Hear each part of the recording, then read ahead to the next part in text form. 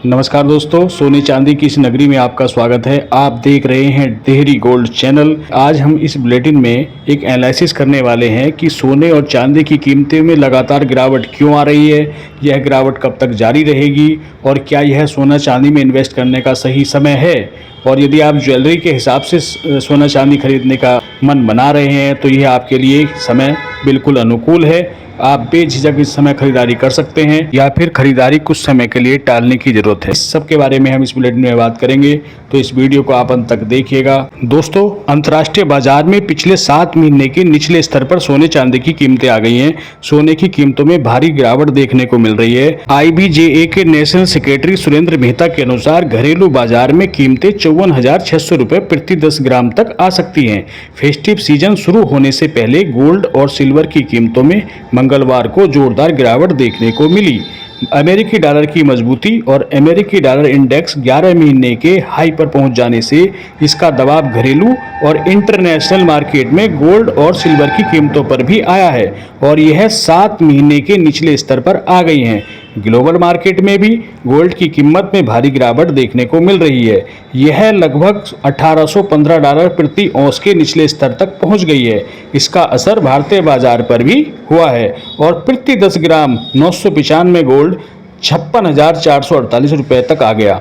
चांदी भी 4% से ज़्यादा फिसलकर 66,000 के लेवल पर आ गई है।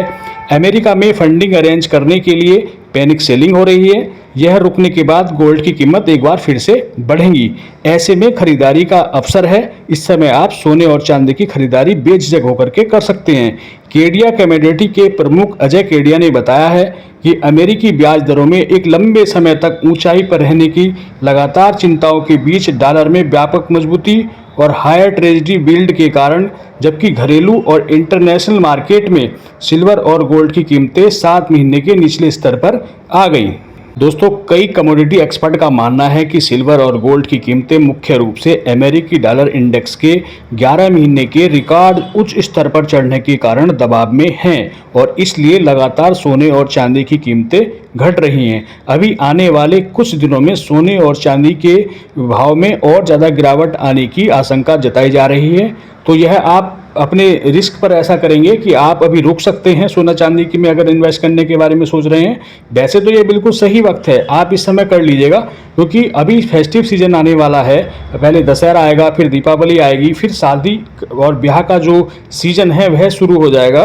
तो ऐसा बहुत मुश्किल है कि सोने चांदी की कीमतें और ज़्यादा गिरें, लेकिन कुछ भी हो सकता है। अगर डॉलर और रिकॉर्ड ऊंचाई पर पहुंचेगा तो डॉलर के महंगा होने से सोना चांदी में गिरावट संभव है। यदि आप आभूषण के लिए खरीदारी कर रहे हैं तो अभी वक्त है, आप एक हफ्ते के अंदर आप खरीदारी कर लीजिएगा, क्योंकि फिर जो है दशहरा शुरू हो जाएगा। दशहरे पर गोल्ड की खरीदारी लोग जमकर करते हैं, तो इससे कुछ ना कुछ जो है छड़ाव आने को देखने को मिल सकता है।